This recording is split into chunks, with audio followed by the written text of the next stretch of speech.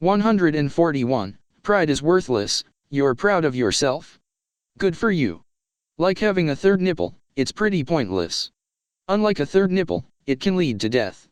Look, if you think proving something to someone is worth throwing your life away, then fine, fine by me. Just don't drag anyone else down with you. There was this cult leader, damn expert with a sword, and he insulted the sword kills of some local champion. Said champion had his guard charge the guy to prove a point. Turns out the cult leader didn't even want to fight him, he had planted landmines in front of his position. By the end of the day, he was doing heretical but slightly funny puppet shows with what was left of the guy and his men. 142. Don't be stupid about revenge. I'm not going to tell you that revenge is bad. A good look at 80 will tell you why, but be smart about it. If I had a throne, I think that's the currency of the Imperium, but no one can seem to make up their mind about it. For every half-assed revenge scheme I've seen, I'd be a minor noble by now. I'll keep it short and just leave the 3 worst examples. Shooting a noble in his quarters and then writing a suicide note. In Low Gothic. With several spelling mistakes. Snapping an ex-lover's neck and then pushing them off a cliff to make it look like the fall did it. When the cliff is only 5 feet high. And worst of all, assassination via grot. I don't want to talk about that one. 143. Knives don't work if they can't reach the organs. If you're facing a cultist, feel free to stab them in the gut to your heart's content. Most other things, however, either go straight for the throat or don't bother. If you can't reach the throat, don't bother. Things out there like orcs aren't seriously wounded by knives. At best, you hurt them. Sometimes not even that. One orc asked if a guardsman was trying to tickle him when she stabbed him.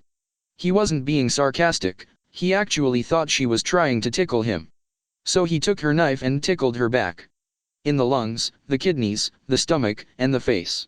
144. Do not steal orc vehicles, assuming you can figure out how they're supposed to work, and assuming that you don't have to fill up the gas tank via a straw, and assuming that you can figure out that human femur was the key. Orc vehicles just aren't reliable. Mainly because they're designed for creatures much bigger and stronger than us. In addition to being designed by dipshits who are so stupid the laws of reality sag under the weight. After our raid, I told everyone to get back in the Chimera, but some wet behind the ears rich boy had his servants help him steal an orc buggy, and as it turns out he couldn't reach the brakes. And even if he could, he didn't have a boulder to press it down. And that was a freaking tall cliff. 145. Do not try and make the Tyranids fight orcs. I'm seriously towing the line here, so I need to be vague. Let's just say that a certain ex-inquisitor had the Tyranids and the orcs fight one time, and it did not work. It did not freaking work. It could not have backfired any harder if they had tried. Orcs from all over kept jumping on the bandwagon, and the Tyranids were at an all-you-can-eat buffet where the food ran towards their mouths. So whichever army eventually wins is going to be 10 times stronger when they come out. Because apparently when dealing with a race that constantly consumes organic matter to refresh its ranks, this idiot forgot that the Necrons exist.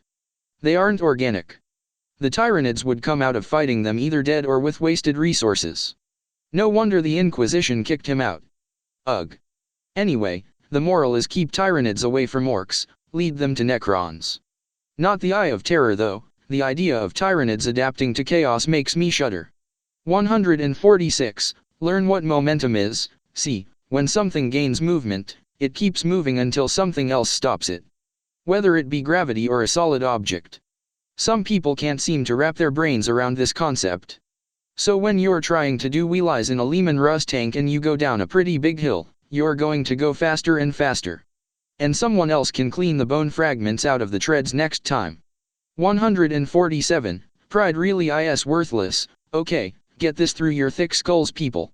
Your pride isn't worth a damn thing. It doesn't carry out the Emperor's will, it doesn't secure planets, and it doesn't kill the nightmare incarnate monsters out there. If you let your pride rule you, you end up like Cato Secuntius getting other people killed just so that you can feel like you have a big dick and slash or silt. Not everyone wants to engage the Eldar warp spiders in melee just because they said your corset looks tacky. We only came out on top because we outnumbered them 20 to 1, and even then we lost half our unit. Oh, and on to the next one. 148. Do not engage Eldar in a field they specialize in. There's an old saying.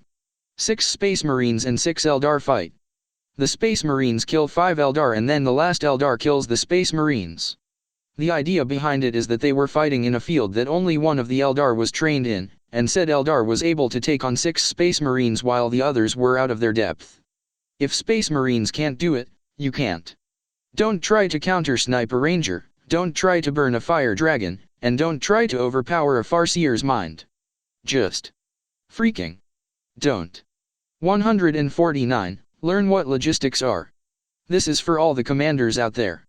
Armies need food, water, weapons, armor, munitions, support vehicles, resupply lines. Oh, you should know this. So when a few million soldiers get dropped off with the clothes on their back and nothing else, they're not going to last very long. That was the relief force. At least the prick who did it died with them. Shame it wasn't Kubrick Chinkov. 150. Don't rely on cover too much. Once upon a happier time, you'd at the very least be safer if you were behind a stone while during a firefight. That's before every asshole in the galaxy opened wide and shat out the crap we have to deal with on a daily basis. Needless to say, cover doesn't work that well anymore. Half of the things we fight like melee range anyway, so it's kind of pointless. Nice lady, if a bit airheaded, thought her sandbags would keep her safe. Maybe they would have if it wasn't a world eater with a chain axe trying to kill her. Minus the trying part. 151. Remember that plague marines are walking disease dispensers. I only ever went up against one plague marine, and it made its way into the top 10 worst days of my life. The thing tore its way through an entire platoon and then hit mine. I lost 3/4 of my men before we could finally bring it down. I learned a lot of important lessons about plague marines that day. First of all, burn the corpse. There is no such thing as a fire that's too hot for one. Second of all, one-on-one combat will end with it impaling your spine with its warhammer. Thirdly, taking its skull as a trophy will give you around 100 known diseases and a couple of unknown ones that Nurgle probably spurted out of his chode early that day. And you'll finish off the rest of the platoon, minus their leader who had received medevac because all of his cybernetics had shorted out. Cunt. 152. Noise marine weapons are not stereos. I don't know how the screeching those things make can be called music, but some people were drunk enough to want to try it. Emperor knows how they moved it, even my wife is out of breath from carrying one, but they tried to start a rave with a few. Needless to say, it was a short event, blood was everywhere, a commissar got involved and I downed a few more bottles I got off of dead morons. 153. Kern berserkers are not reliable allies. I know there's a lot of people out there who think that we can defeat chaos by making them fight among themselves. Sadly, I disagree. Chaos loves to clash, but there's always someone keeping them in line when they're fighting us. As such, you can't really rely on Kern berserkers always killing their own allies. Hilarious as it may be to watch a steroid-abusing prick get halfway through Blood for the Blood God before taking a chain axe to the teeth, berserkers would still much rather be killing us. They hate everything, but they hate us slightly more. Oh, it turns out that trying to mimic a cultist's voice while insulting berserkers from behind a rock doesn't work. And berserkers have good throwing arms. 154. Rubric Marines don't burn well. With this and the last 3, I realize that I've seen more of chaos that I'm comfortable with. There was this one period, a good 5 years, where chaos forces were moving into the Calixis sector. It turns out Abaddon doesn't have a monopoly on Black Crusades and these jokers were trying to start one. They came a little too close. Anyway, Rubric Marines are dust and maybe a soul inside power armor. Trying to set them on fire is a waste of time. And it puts you in neck-snapping distance. And head-ripping off distance. I honestly think it was trying to go for a snap and ended up with a rip. 155. Only point a weapon at something you want to kill. You think that this would be obvious, but no. Then again, I think it's clear that any training the guard gets focuses purely on killing and not on staying alive. See the rest of the list for evidence. As it stands, the lasgun is not the most deadly tool of war, but it is still a tool of war. It doesn't matter if it is unloaded, it doesn't matter if your finger is off the trigger, only point the barrel at something you want to burn a hole in. Then again, maybe he wanted to kill his mother-in-law. On the other hand, he probably didn't want to kill himself. 156. Valkyries are not for crashing. You see those things on Valkyries? Those are called las cannons and missiles. They're what Valkyries use to kill things. You shoot them at the thing you don't like. You do not suicide bomb enemy positions when you have a full arsenal and haven't taken any damage. Giving your life in the name of the Emperor is one thing, but be smart about it. I mean, at the very least you can do one thing. Not fucking miss. 157. You do not book a visit to the Golden Throne for yourself. You do it for your great-great-grandchildren. I told her that the line was longer than she thought it was. Everyone told her that the line was longer than she thought it was. She didn't want to listen. And she tried to cut in line. There's not a list ranking actions by how heretical there are, but if there was, that'd be near the top. It ended with her body being volunteered for rations. 158. Remember to take a grave chute when you jump. I've only been on 1 or 2 airdrop missions, they were mainly for encirclement tactics. I think I haven't been on one in a while because of my wife. Don't tell her I said this, but she weighs a lot with all that chrome, the chutes struggle to handle her. Anyway, yeah. Make sure you remember to put one on. You think it's awkward for you? Have you ever had an orc look up to see where the corpse came from and tut disapprovingly at you? You don't know what that feels like. 159. Kill the Eldar after the alliance has broken down. I've covered this before. Eldar can't be trusted. They'll always turn on us when we form an alliance of convenience, so there's no shame in beating them to it, but you have to know when to stab them in the back. Literally, viciously, and repeatedly. Usually it's after you manage to fight off the Necron invasion, not while you're still fighting to hold the line. The squad that killed that Avenger got off easy, frankly. It was the fire dragons who found them. Their deaths were quick. 160. Pride is fucking worthless. Yes, I am saying this again because this is a lesson people need to freaking learn. I could start a whole other book filled with people who got killed because of pride. Since I doubt people will pay attention if they don't pay attention to this, I won't do that, and instead, I'll bring up the worst case I ever had to deal with. Ever hear of the phrase, shit flows downhill? It's because the people at the top are assholes and we have to deal with it. So let me tell you a story of how we almost lost an entire system because of pride. It was Tyranids. They had launched an invasion of a system where we had 3 colonies.